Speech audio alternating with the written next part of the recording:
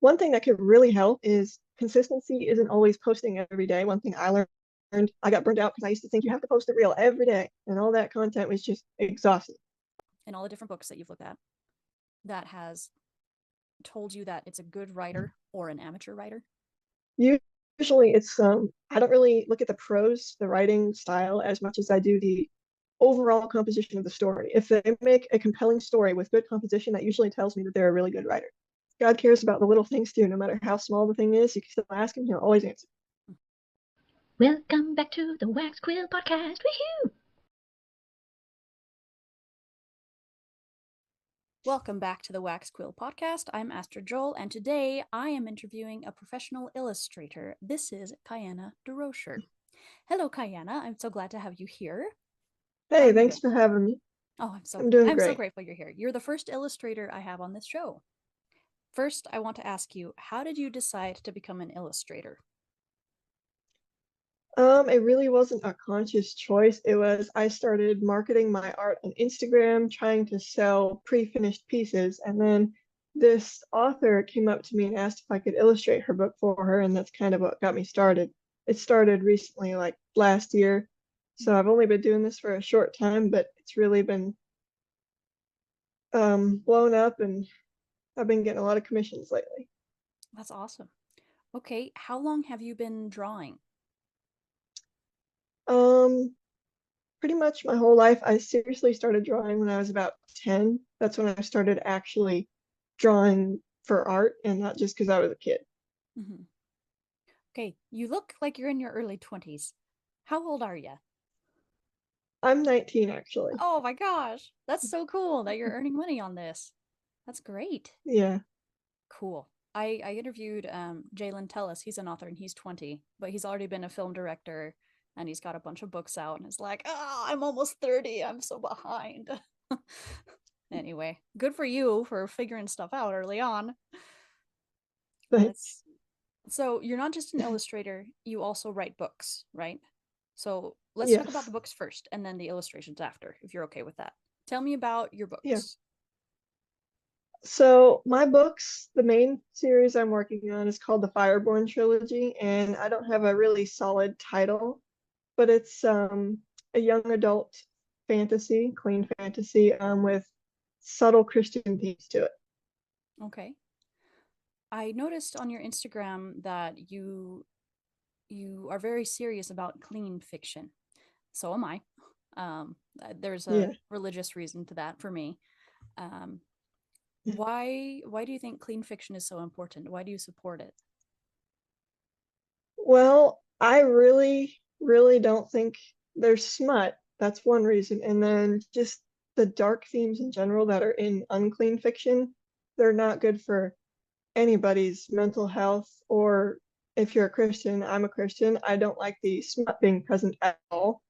And it being more prevalent in young adult books is it's damaging to their minds and their hearts, and especially if you're a young adult who's susceptible to stuff like that. Yeah. And and it also presents smut presents a really unhealthy mindset and expectation for the for sex, and it desecrates the act as a covenant of marriage, which it was created to be for. Yeah, I can see that. Have you always been passionate about producing and promoting clean fiction? Yeah. I it started a while ago when I was just getting into books because I wasn't really a huge reader until 13 or 14, and I got the Throne of Glass series, and I was reading it and it was pretty good, and later on about the fourth book it suddenly started getting smutty, and so I didn't want that for anybody my age to just be thrown into that without realizing it's there, and then it just gets a hold on you and it's addicting for kids like me, teenagers. Yeah. Well, not just kids, adults too. Yeah. Yeah.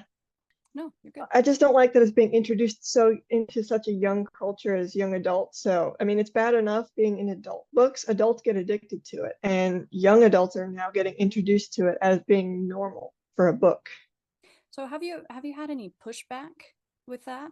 Have you had clients who say, "Oh, I want you to illustrate my book," and you say, "Oh, actually, I'm not going to because this isn't, in accordance with what I believe."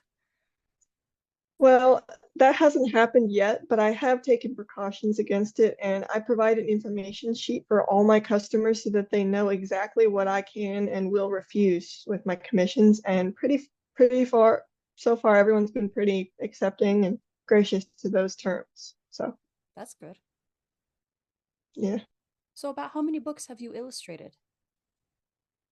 Um, it's hard to keep track at this point. I've done so many recently. I would say about 20 or 30 so far.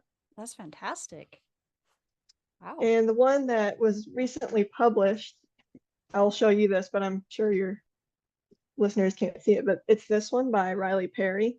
Mhm. Inspector Pym and the Blood of Inferium is one that I designed the special edition cover for, and I did some illustrations inside it too. It looks good. So I that's would the, pick that up and read it.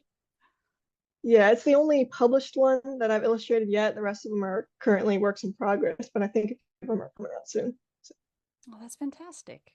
So, okay, I am writing a book. Well, I wrote it. It's a little children's book, a little picture book. And I decided that it would be a fantastic idea for me to do the illustrations myself, which I am now regretting, but I've already committed, so gotta stick it through. Um, how much would you charge to do the illustrations for a children's picture book? that really depends on the complexity of the drawings because I stick to my strong points and I charge less for what I'm really good at, and I charge more for something that takes more time because I have to keep in mind the price of per hour.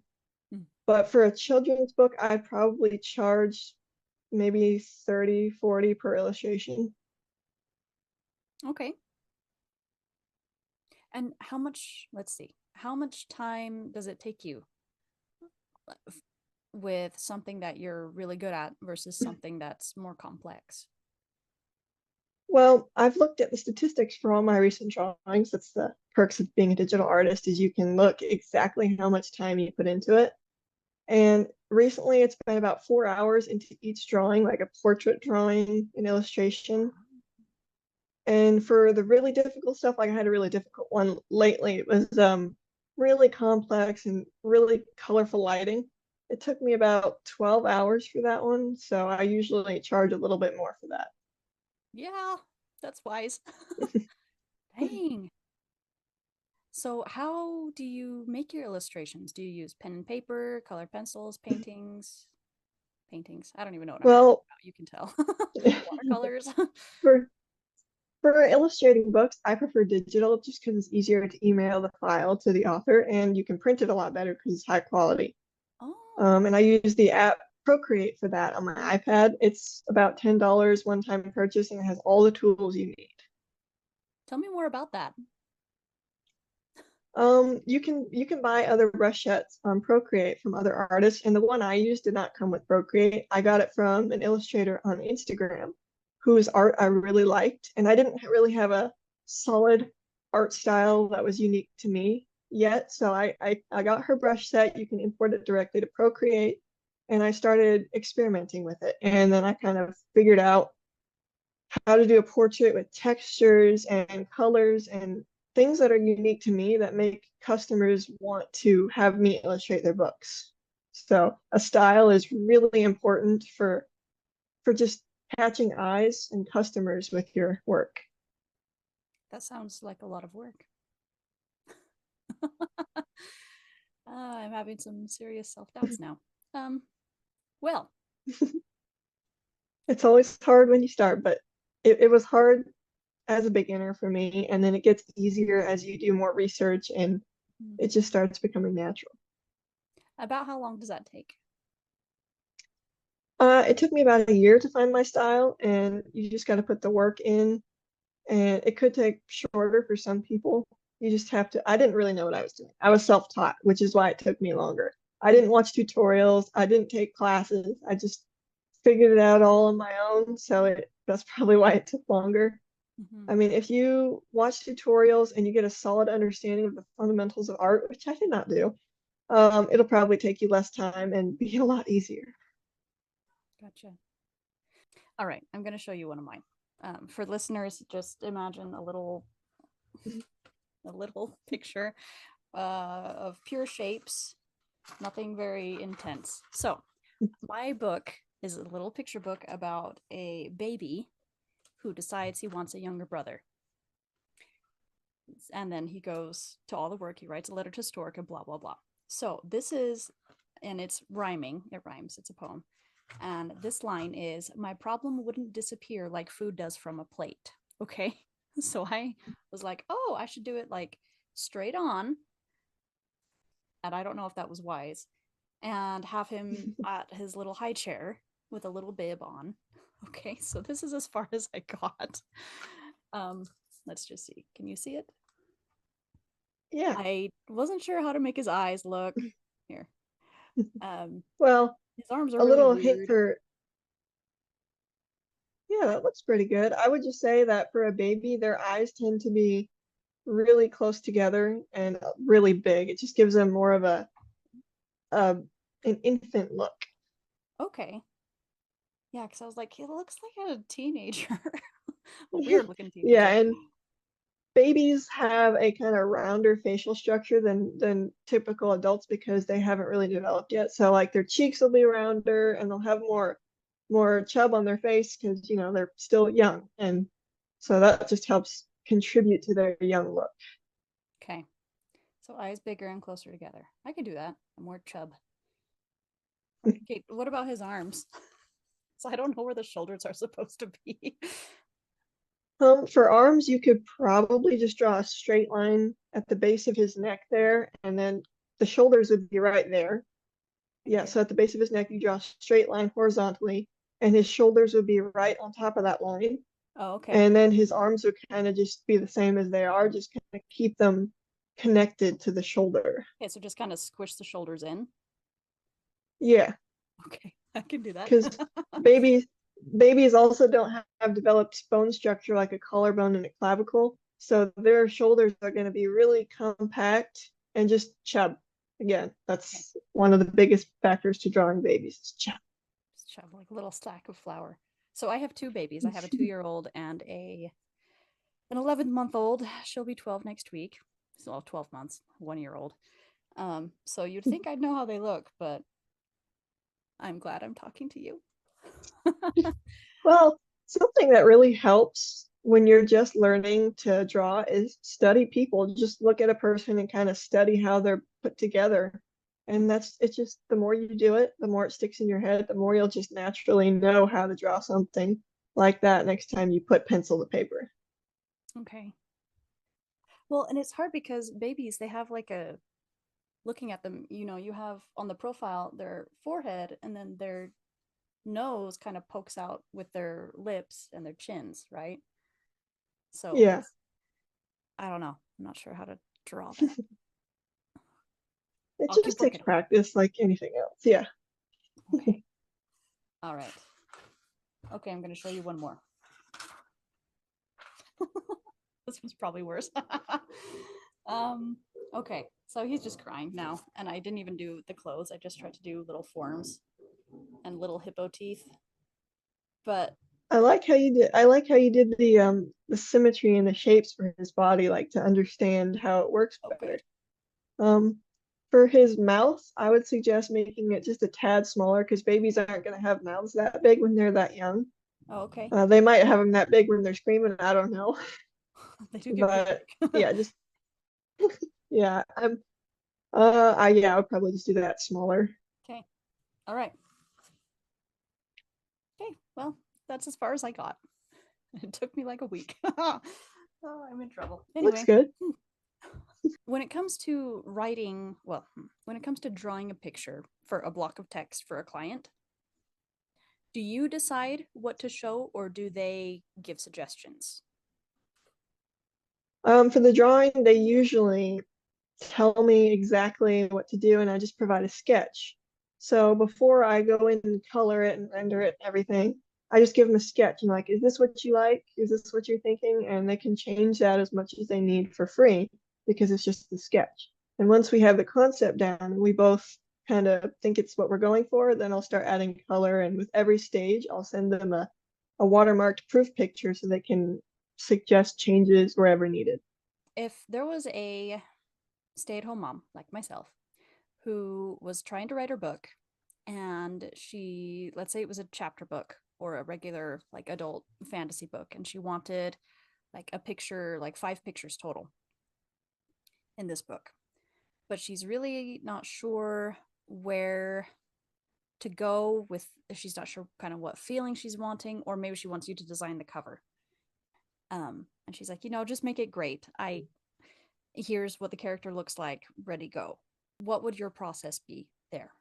I'd probably kind of think of a theme that she might be thinking about, because first I get a basic understanding of what the book's about and then think of a theme that might look really good with that book and then draw a sketch of it, and then I present it to her so she can kind of get a feel for it. It might take a few drafts, a few different sketches, but eventually we get to the point where, like, yes, that's the idea, that's what we wanted.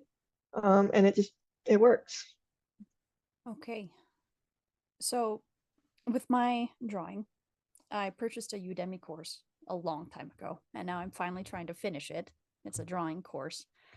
And he says that a technically correct picture will never win over an emotional picture. How do you do that?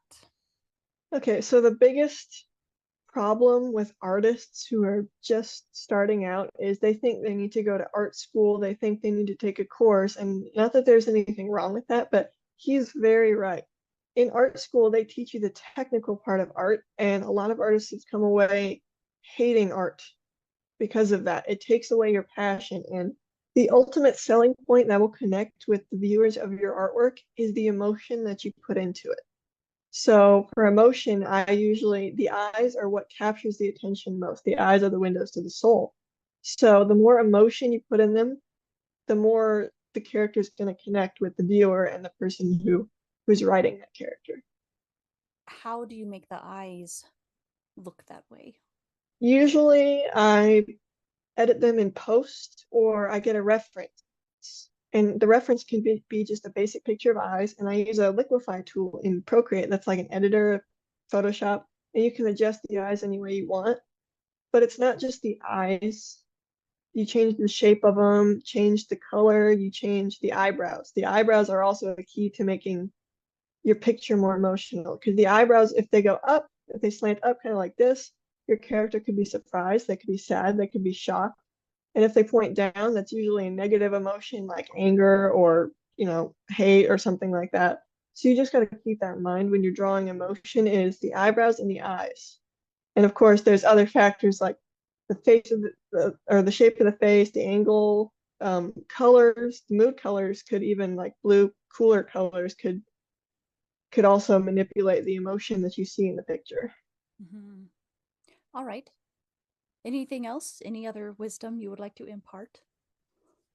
If you're gonna go with Procreate, it really helps you out with your basic sketches and stuff. Like if you were gonna do a little quick sketch for like the babies that you were drawing, you could do that in Procreate. You could even take the drawing that you already have and you could take a picture of it or scan it and put it in Procreate, trace it, and you could add color, you could fix it up better.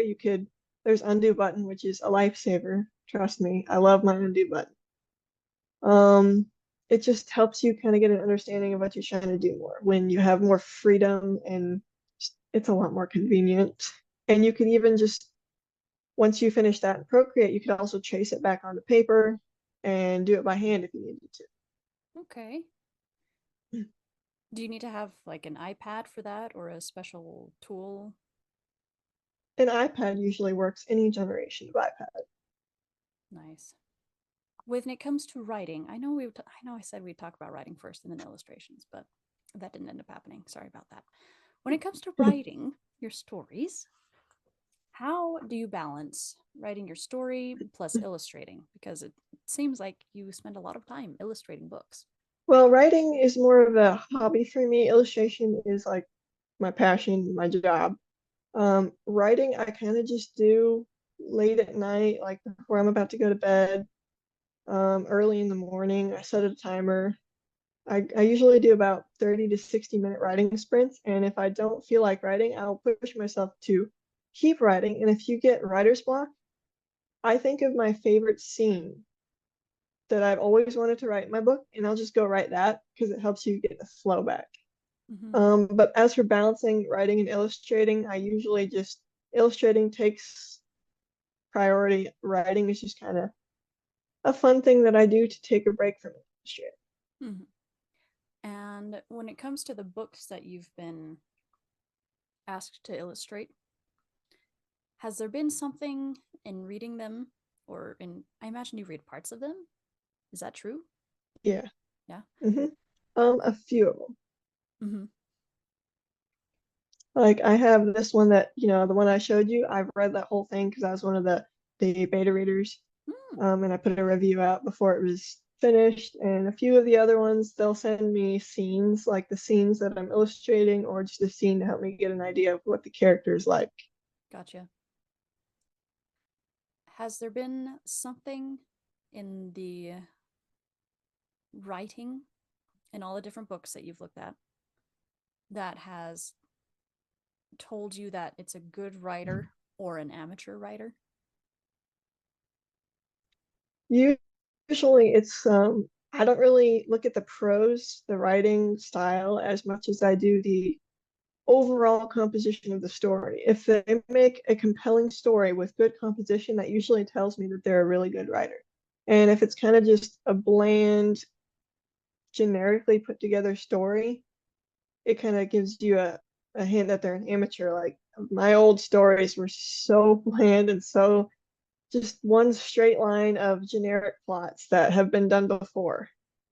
So anything like that, I'll usually it tells me that they're an amateur, but I haven't run into those very much. All of the authors I have illustrated for have been super professional, really awesome writers. And how do people find you to ask you to illustrate their books or to look at some of the work you've already done? Usually Instagram. Before I had this one reel that I posted promoting my artwork. It was something along the lines of this bookworm reads clean fiction and illustrates clean fiction. And that reel kind of blew up and it brought my audience to me. So you got to market to your audience. And I think my audience would be other artists, and they weren't really getting me customers. And so I figured, okay, what's the next audience? Readers, authors, writers. So it worked and it got me all the commissions I needed. And then from after that reel kind of stopped going viral, it what usually works for me is other authors, they promote my work, they show the illustrations I did for them, and now I've got like 3,000 followers, so it just really helps. Mm-hmm. Nice. I've been posting on Instagram for almost a year and I've got 51. Bit by That bit. algorithm can be tricky. If you want tips with your social media, like I can help you with that if you need to, because I started off pretty rough with social media. Go for it. Teach Um, me. I'm listening and okay, recording so this. what kind of posts do you usually do?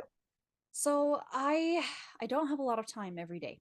Right. So my original thought was, okay, I just need to my goal is to post every day something. And that's why my posts have been all over the place. So I used to post like, oh, I'm going on a walk with my kids because I dictate my books. I have my phone in a little pocket and I have my little stroller, so domestic.